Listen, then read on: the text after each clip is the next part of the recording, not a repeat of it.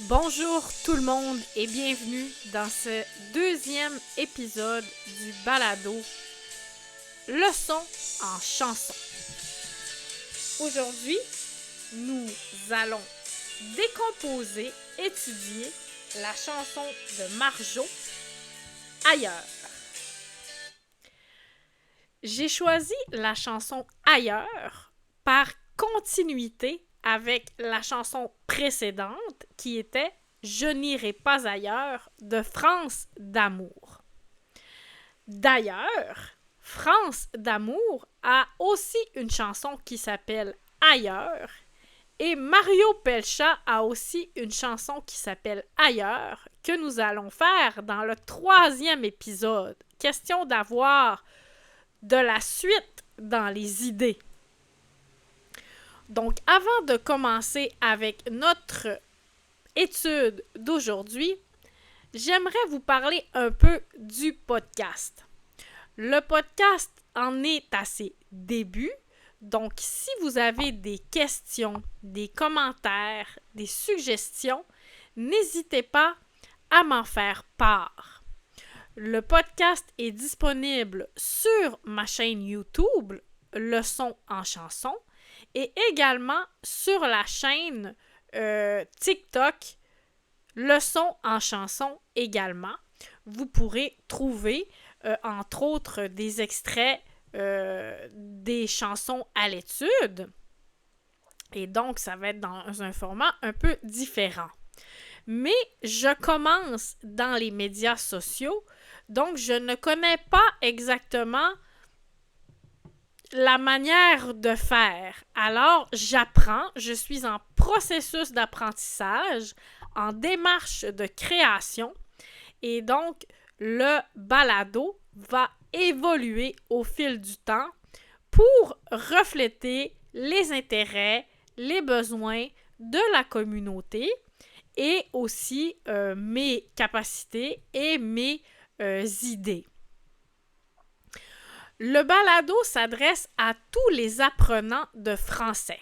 Par exemple, les nouveaux arrivants au Québec, les apprenants de français langue seconde partout au Canada, mais aussi les apprenants de français ailleurs en Amérique.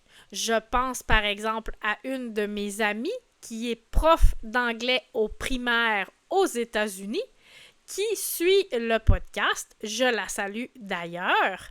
Et aussi, je sais que certaines personnes de l'Amérique latine commencent déjà à apprendre le français avant de venir au Canada, avant de venir au Québec. Donc, je salue aussi ces personnes. Évidemment, le podcast peut toucher des personnes à l'extérieur de l'Amérique, sur les autres continents. Par exemple, les personnes africaines qui apprennent le français ou les personnes qui connaissent déjà le français, mais qui ont peut-être un peu de difficulté avec la culture québécoise, avec le vocabulaire, avec le lexique, avec les expressions québécoises, peut-être pourraient aimer regarder le podcast et apprendre sur la culture québécoise. Les gens de la France qui peuvent s'intéresser également, même si ce sont des locuteurs du français, pourraient avoir envie d'en apprendre un peu sur la culture québécoise. Évidemment, le rythme du podcast est un peu lent pour un locuteur de français langue maternelle, mais peut-être qu'il y aura des segments intéressants pour eux. Évidemment, on n'oublie pas les gens de l'Asie, hein? Alors tous les gens qui viennent de la Chine, du Japon et partout ailleurs en Asie sont bien sûr bienvenus dans ce podcast.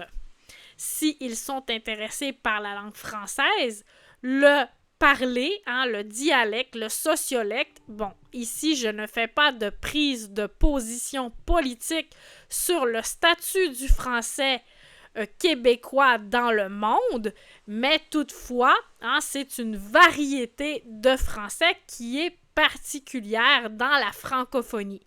Donc, tous les gens de l'Asie, de l'Europe et de l'Océanie sont aussi bienvenus dans ce podcast. Donc, j'aimerais parler à tous les gens qui apprennent le français ou qui s'intéressent à la variété de français québécois. Voilà. Pourquoi j'ai décidé de faire un podcast sur la chanson québécoise? Parce que j'aime beaucoup chanter et je crois, en tant que prof de français, que nous pouvons apprendre la langue grâce à la musique. Je me souviens, quand j'étais toute petite, d'avoir commencé à apprendre l'anglais avec les chansons de Michael Jackson, Beat It et Billie Jean. Je me rappelle très bien d'essayer d'écrire les paroles des chansons en les écoutant. Alors ça, c'est un très bon exercice pour tester votre compréhension orale. Par exemple, aujourd'hui, nous allons travailler une chanson de Marjo, Ailleurs. Vous pouvez aller écouter la chanson sur Internet, sur YouTube, sur Spotify, sur une autre plateforme de votre choix, et vous pouvez essayer d'écrire ce que vous entendez. C'est difficile, mais même si vous écrivez au son, même si vous essayez d'écrire simplement les sons que vous entendez, vous allez voir après la différence entre la phonétique, les sons, et l'écriture, la manière dont on transcrit les sons dans la langue grâce à l'alphabet.